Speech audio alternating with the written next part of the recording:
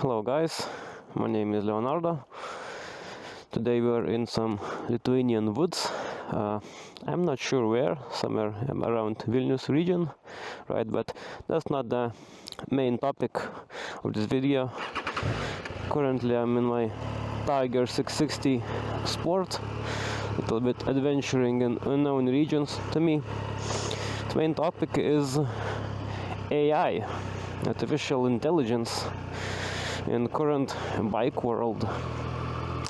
Have you seen that, for example, if you try to YouTube something Yamaha R7 CBR or something, you stumble upon many of the channels that are artificial intelligence generated, and sometimes you newbie channel, 2,000-4,000 subscribers, and then you start looking at it, there is some voice edit, almost real, and the more I watch those, the more I stumble upon those kind of content in YouTube.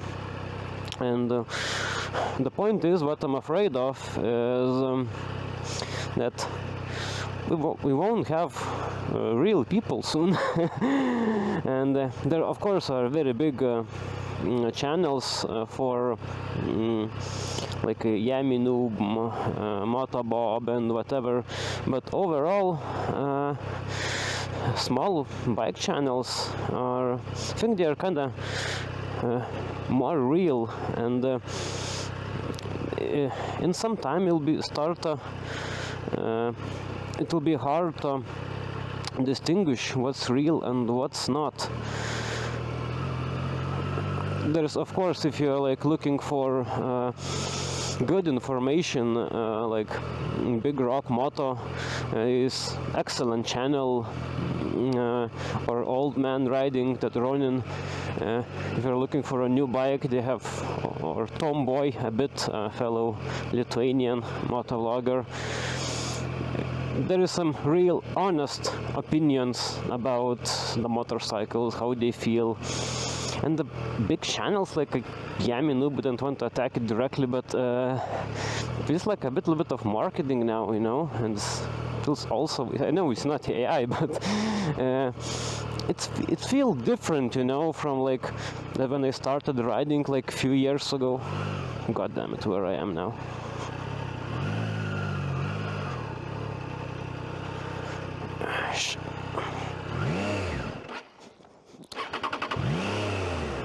I'm not a good off-road guy.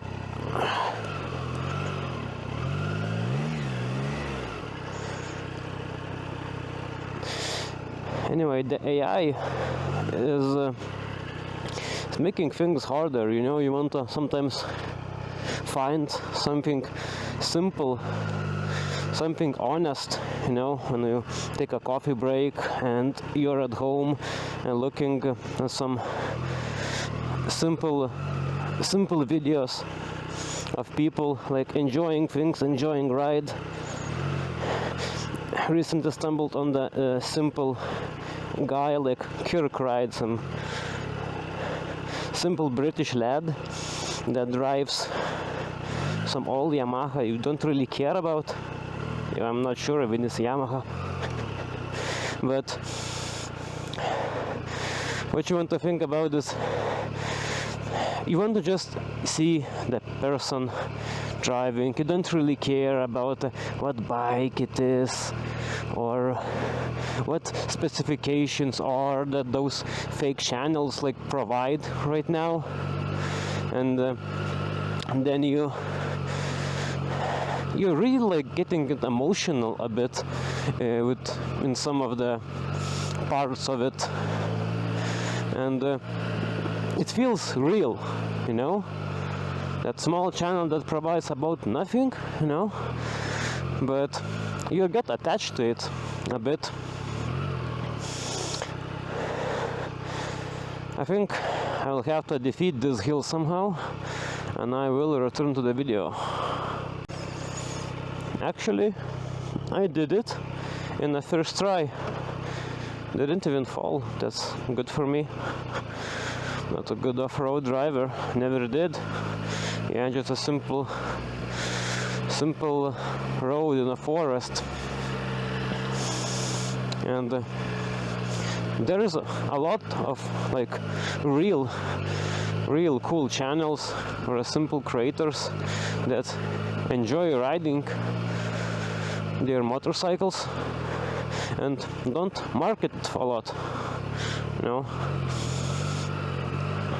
That's what I'm afraid of, that not only in the motorcycle world, in other things like comparison, like you want to buy a phone, you just want to YouTube it, real review, you find plenty of hundreds of channels that like made by, not sure, like Indians, Chinese, or the bots that are farming like maybe money, I don't know. Even guns, same channels providing different information. Hundreds of motorcycle channels just copy pasting it, everything, and artificial intelligence like making the video for them, and it is not real. Sometimes you just want honest, simple opinion. That person drives motorcycle, specific one you interested in, or interested in like emotional attachment, for example. Like, yeah, there's some guys that really love what they do. You don't like really matter what kind of motorcycle it is, but you enjoy looking at them. Sometimes even more than you have time to ride yourself, but you have time at home. Maybe your motorcycle is broken, maybe you don't even have one. I enjoy watching some of the YouTubers that make motorcycle content, even for motorcycles I never had or never will, maybe even like Ryan from F9 making excellent content. I mean, it's so good that it would be a sin not to watch what he does, you know. And that is the main reason I wanted to encourage like other people, like simple guys, just maybe to start creating content. Maybe it's even correct for me because I'm not doing much, you know. I can't even call myself a motovlogger. Just do it.